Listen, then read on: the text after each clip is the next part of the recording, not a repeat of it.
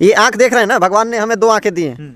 अब ये इस आँख को अगर हम बंद कर लें तो हमें अगर सत्ता से बाहर है तो इस आँख से हमें परेशानियाँ ही परेशानियाँ दिखेगी। और अगर हम सत्ता में चले जाते हैं तो फिर इस आँख को बंद करके और ये आँख चालू कर देंगे।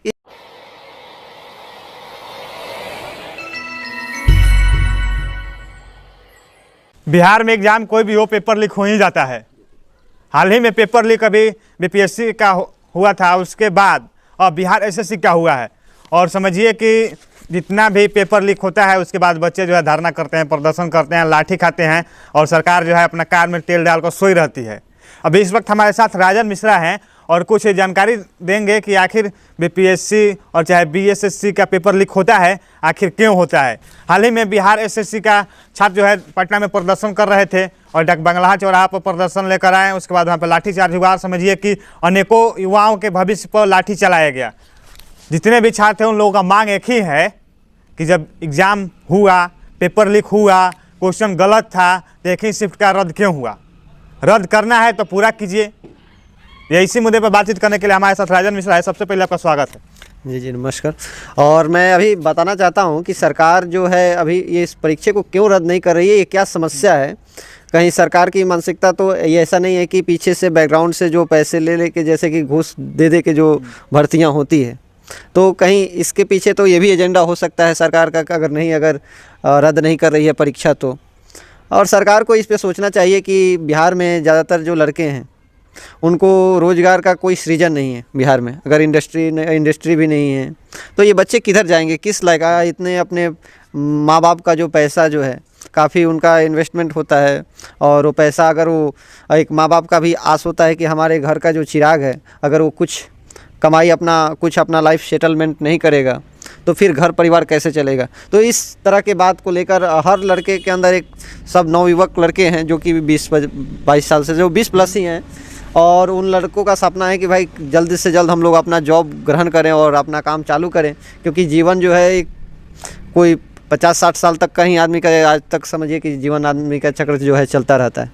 आपको क्या लगता है कि बिहार एसएससी का पेपर लीक हुआ है, बच्चे धरना कर रहे हैं, उनके ऊपर लाठीचार्ज किया गया और बच्चा का मांग एक ही है कि पेपर रद्द हुआ है तो पूरा शिफ्ट का रद्द किया जाए।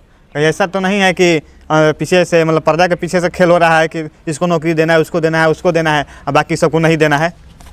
मुझे भी यही लग रहा है कि पर्दे के पीछे ही खेल ऐसा हो सकता है। क्योंकि देखिए, सरकार अगर परीक्षा को रद्द नहीं कर रही है तो इसके पीछे कोई लॉजिक होगा सरकार का। ऐसे तो मान लीजिए, हाँ ये मानता हूँ कि उसमें खर्चा जो है, बजट जो है सरकार का कुछ ज़्यादा लगता है। तो 10 लाख अगर लड़के 2100 का बहाली था और 10 लाख लड़के ने एग्ज़ाम दिए तो इसमें सरकार को प्रॉफिट भी तो हुआ है। इस बात को भी ध्यान में रखना चाहिए। और तमाम तरह के जो एग्ज़ाम होते हैं उसमें आजकल आप देखिएगा भर्ती 3000 निकलेगा तो 30 लाख लड़के लोग एग्जाम देने के लिए, तो उससे सरकार को एक प्रॉफिट ही बनता है। एक समझिए कि सरकार एक तरह की ये बिजनेस के तौर पे ही ये चला रही है जो भर्ती का फॉर्मूला है। चलिए, हमको तो यही लग रहा है, आप सही बात बोले हैं कि सरकार जो है रोजगार नहीं दे रही है, नौकरी नहीं दे रही है। एक बिजनेस हो चुका है कि लड़के से फार्म भरवाएंगे, 10 साल बाद एग्जाम लेंगे, तब तक उस रुपया को कहीं अलग जगह इन्वेस्ट करेंगे, उससे ब्याज आएगा, उससे सरकार का राजस्व बढ़ेगा कि नहीं बढ़ेगा इसका तो गारंटी नहीं है, लेकिन नेताजी लोग का राजस्व जरूर बढ़ेगा। सबसे पहले आप एक तेजस्वी यादव जी का एक भाषण सुनिए, वो सदन में क्या बोल रहे हैं जब सरकार में नहीं थे तब। अब सरकार में आने के बाद क्या बोलेंगे उसके वो अभी हम दिखाने का प्रयास करेंगे। सबसे पहले भाषण सुनिए। कहाँ है सुशासन, कहाँ हो रहा है कोई काम। आप देखिएगा ड्यूटी लगा दिया, हेलीकॉप्टर से ढूंढो, किससे भी घूमो, लेकिन प्रायोरिटी क्या है भाई। रोजगार नहीं दीजिएगा आप शराब ढूंढने के लिए हेलीकॉप्टर ड्रोन मंगाइएगा, लेकिन बच्चा को नौकरी नहीं दीजिएगा, शिक्षा नहीं सुधारिएगा, स्वास्थ्य नहीं सुधारिएगा, दवा नहीं दीजिएगा। तेजस्वी यादव का आप लोगों ने तो भाषण सुन ही लिया, क्या बोले। नीतीश कुमार पर समझिए ये पूरा कटाक्ष कर रहे थे कि अरे हेलीकॉप्टर तो रेलवे कीजिएगा, हेलीकॉप्टर से शराब खोजिएगा, बच्चे को जो है नौकरी नहीं दीजिएगा, स्वास्थ्य नहीं सुधारिएगा, शिक्षा व्यवस्था नहीं सुधारिएगा। अब वो क्या लगता है कि सरकार में जब नहीं थे तो ये सब बोल रहे हैं, सरकार में आने के बाद उनको क्या हो गया है। उनको कुछ नहीं हुआ है। ये आँख देख रहे हैं ना, भगवान ने हमें 2 आँखें दी हैं। अब ये इस आँख को अगर हम बंद कर लें तो हमें अगर सत्ता से बाहर है तो इस आँख से हमें परेशानियाँ ही परेशानियाँ दिखेगी। और अगर हम सत्ता में चले जाते हैं तो फिर इस आँख को बंद करके और ये आँख चालू कर देंगे। इससे क्या होगा, हमको सब बराबर दिखेगा। और आज के नेता जो है ना, इसी टॉपिक पे काम कर रहे हैं। वो सोच रहे हैं कि शायद भगवान ने हमें इसीलिए दो आंखें दिए हैं कि अगर सत्ता से बाहर रहो तो परेशानियां पे परेशानियां गिनाओ, अगर सत्ते में चले जाओ तो सब बराबर एकदम पूरा विकास डेवलपमेंट पूरा ऊपर है। इस तरह से विकास होगा क्या? भगवान को भी लाख लाख हम बधाई देना चाहेंगे कि आपने जो आँख दिए हैं मानव को दो, उसका उपयोग नेता ही करते हैं सही से।